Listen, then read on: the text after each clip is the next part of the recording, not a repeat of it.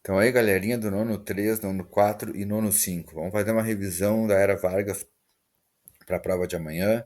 Primeira coisa para entender a Era Vargas é saber o que veio antes. Então, de 1889 a 1930, quando então de fato começa o período de Getúlio Vargas no poder, a gente tem a República Velha. Nesses um pouco mais de 40 anos, quais eram as principais características do nosso país? Uma economia agroexportadora, ou seja, exportava gêneros vindo da agricultura. O principal produto era o café. Então aqui a gente também tem um mapa econômico do Brasil na época. Lá, bem no norte, tem a produção de borracha, espalhado por todo o Brasil, sul, centro-oeste, sudeste e nordeste, a pecuária. No sudeste, ali, a pecuária em verde, né?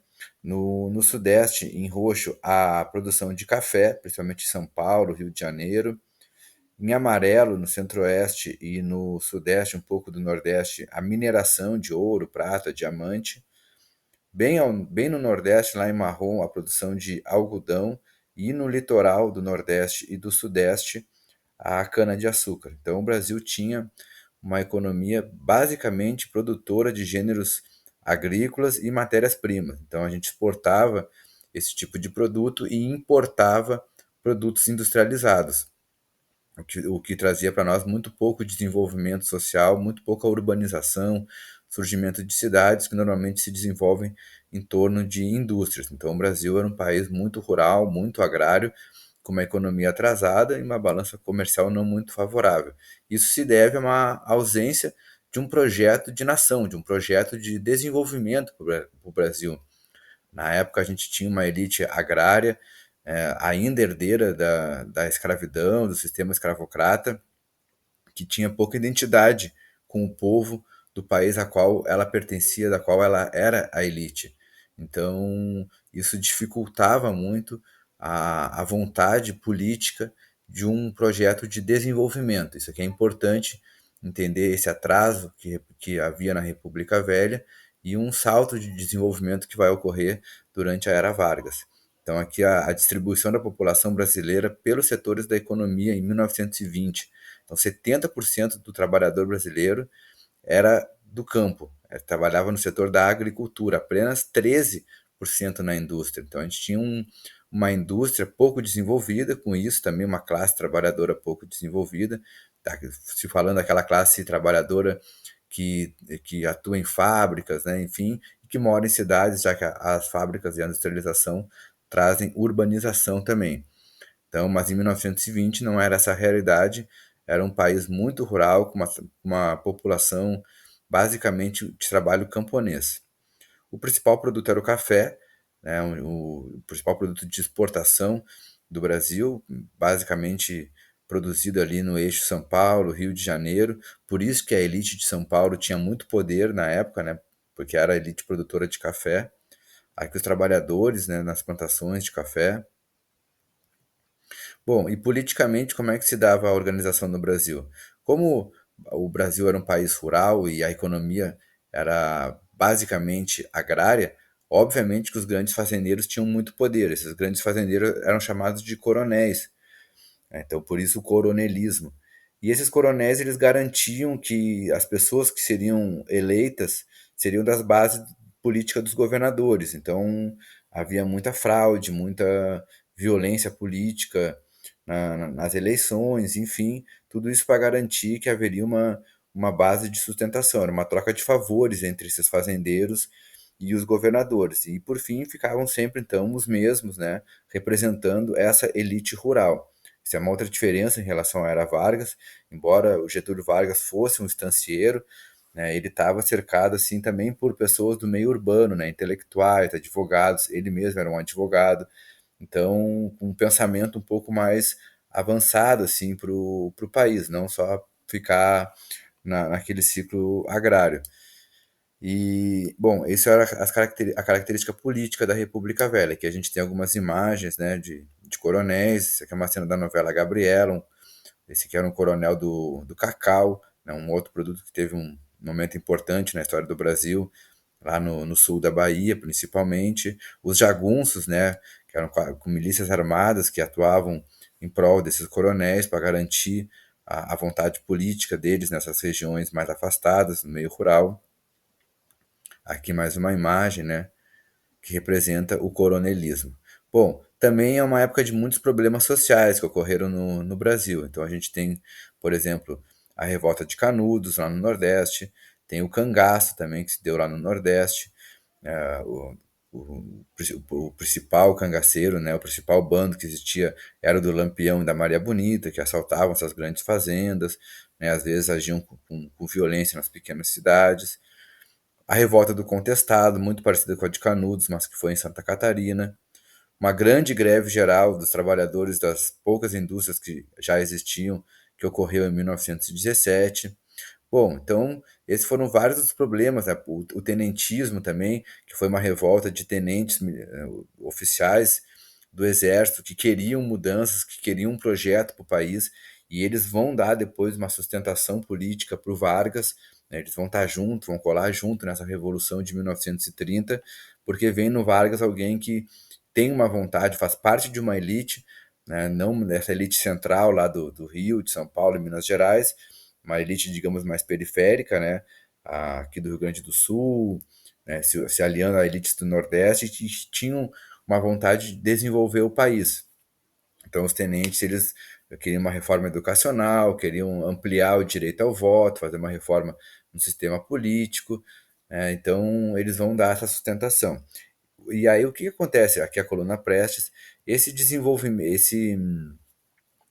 esse atraso que vai ocasionar muitos problemas sociais é um dos fatores que vai motivar então o Vargas a implementar um projeto, né? Tem uma frase dele que diz: façamos a revolução antes que o povo o faça. Lembrando que essa época, né, já havia a Revolução Russa, né, o socialismo crescia no mundo, crescia de influência entre os trabalhadores, o Brasil com todos aqueles problemas. Então, uma maneira de tentar acalmar, digamos assim, pacificar essas revoltas que ocorriam de vários tipos diferentes, né? Sejam tenentes do exército, sejam camponeses ou trabalhadores das indústrias. Então, uma forma de tentar arrefecer todas essas revoltas é concedendo mais direitos para os trabalhadores, né? E tentando desenvolver o país. Por isso essa frase: façamos a revolução antes que o povo o faça. Então, o Vargas toma o poder em 1930 e ele fica de forma ininterrupta até 1945. Aí depois ele sai durante 5 anos e volta eleito pelo povo, porque aqui nesse período não houve eleições. O que houve foi uma revolução, ou um golpe, enfim, ele toma o poder. Ele havia perdido as eleições, né, com suspeitas de fraude, enfim, mas ele toma o poder, né, a partir de um arranjo político, de uma série de coisas que vão acontecer. E aí ele vai implementar um, um projeto de industrialização do país. Então essa é uma grande diferença que eu quero que você saiba em relação à República Velha. Então, nesse momento, há um projeto de país, há um projeto de desenvolvimento econômico, desenvolvimento social, de ampliação, a modificação do sistema político, de ampliação da participação da população, né? Então vai ser dar o voto feminino, né? As mulheres não podiam votar, vão passar a poder votar, vai se ampliar o número de pessoas, diminuir os critérios para o voto. Em determinado momento vai se criar o voto secreto também, o que dificultava a fraude, aquele voto de cabresto dos coronéis. E para isso ele vai se pautar numa, um conjunto de ideias chamado trabalhismo, e a característica principal do governo dele vai ser o populismo. Então, basicamente, aqui nessa imagem a gente tem os três tópicos importantes para entender a Era Vargas: a industrialização como um projeto nacional, né, que envolve direitos para a classe trabalhadora, crescimento econômico, o trabalhismo como um sistema político, né, um conjunto de ideias políticas que vem da Inglaterra e vai ser implementado aqui por ele, e o populismo que vai caracterizar o governo Vargas e depois vai deixar herdeiros. Então aqui tem o Getúlio Vargas já em 1930, numa imagem bem emblemática, tenentes, né, daquele movimento tenentista ao redor dele, pessoas do povo, enfim, essa é uma imagem bem representativa do que foi o governo Vargas. Então, o populismo, como vocês têm no caderno, é um tipo de governo que propõe uma aproximação com o povo e uma liderança carismática. Ele não quer um rompimento do sistema capitalista, mas ele procura, né, modernizar e industrializar o país através de um equilíbrio entre as classes, tendo o Estado como mediador, né, entre a classe burguesa e a classe proletária, para que não haja revoltas da classe proletária, da classe trabalhadora, vai se concedendo direitos, vai se governando também, buscando industrializar o país, né? E, principalmente, tem que ter essa liderança carismática que vai atender as reivindicações da classe trabalhadora, né? Vai olhar para as cidades, vai pensar em urbanizar o país, vai se comunicar com o povo, né? Então, o Vargas utilizava muito o rádio através de uma linguagem simples para falar diretamente com o povo, né? Então, isso é uma característica do chamado populismo no Brasil e na América Latina. Aqui mais uma imagem do Vargas. Então, o Vargas ele vai criar a carteira de trabalho, né? Essa aqui vai ser a primeira carteira de trabalho, a 00001, que é o próprio Getúlio Vargas ali na foto. Vai criar a lei do salário mínimo, que vai garantir um salário mínimo para o trabalhador, isso em 1936. Vai dar o direito do voto para a mulher. E, enfim, vai desenvolver o país, né? Principalmente através de uma política assim que tendo o Estado como mediador, ele vai criar indústrias, né, empresas públicas que visavam ao desenvolvimento do país. Ele tinha um projeto de nação. Para muitos historiadores, o Brasil começa, né, a virar um país, a um Estado-nação autônomo, independente a partir da era Vargas. E em 1945, após a Segunda Guerra Mundial, os militares meio que forçam o Vargas a sair e ele sai, ele fica 4 anos fora, volta para o Rio Grande do Sul, enfim. Mas em 1950 vão ter novas eleições, né? E aí o pessoal convence ele a vir, então, participando da eleição, já que ele não tinha participado não tinha ganho pelo voto, pelo menos, né, a presidência, e o nome do partido, né, Partido Trabalhista Brasileiro, já que o conjunto de ideias é justamente o trabalhismo. Então ele é eleito presidente em 1951 e fica até 54. Então aqui a gente tem uma imagem de uma convenção do PTB, interessante nessa outra imagem aqui, ó, mandado imprimir pelo Diretório Municipal de Porto Alegre, né? O Rio Grande do Sul era a base política do Vargas. E aqui tem uma convenção do PTB, hoje é um partido que já está bem distante dessa origem, né? No meio do caminho surgiu uma dissidência, foi criado o PDT, um outro partido trabalhista, que tinha o Brizola, que era um herdeiro político do Vargas como liderança, mas naquela época o PTB era o principal partido trabalhista. E o que é o trabalhismo?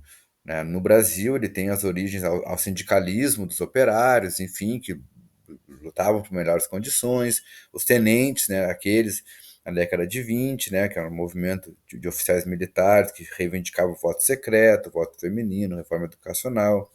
Então, o trabalhismo é uma ideologia política que tem como princípio a defesa da classe trabalhadora e de seus interesses, né, mas sem implementar uma revolução socialista, enfim, sem uma modificação muito drástica. Se mantém o sistema capitalista, mas vai se defendendo os interesses do trabalhador dentro desse sistema.